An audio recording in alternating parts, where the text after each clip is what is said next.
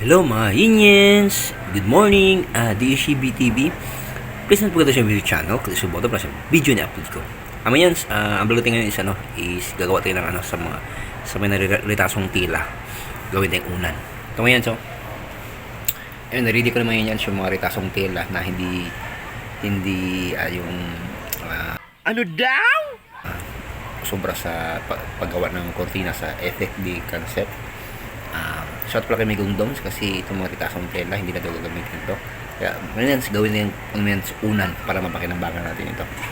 Tara, samahan niyo ako. Taso ng tela. Ngayon ito yung paglagyan ng ito mo yung lines, ito yung paglagyan ng tela. Ito yung plastic lang ito, tinahi ko na. Friends, dito mo yung tinahi ko na dito mga yan. Nakatahi na yan dito. Ito yung mga ritaso ng tela.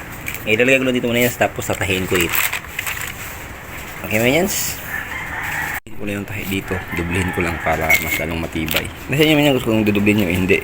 Pero nakatahi na ito mga yans, so pwedeng dublihin nyo, pwedeng hindi dublihin. Mga yans, dudublihin ko lang. Dinubli ko na yung tahi niya dito mga yans, matibay na siya mga yans, katabuhin na yung tahi niya. Mga yans. Ayan, ilagay na yung tela.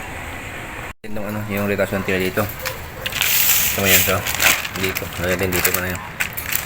Ito mga yans. Para maging una na siya mga yans, may malambot siya mga yans dito. Kasi lagyan natin dito yung ritaso na tela. Mga yans, dito yung tela sa loob ng mga ritaso ng tela.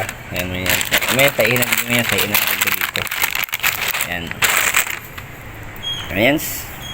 Ito mga yans, yung para malak siya. At ito yung mga tela sa loob. Mga ritaso ng tela. Ayan mga yans, yung unan, ito na.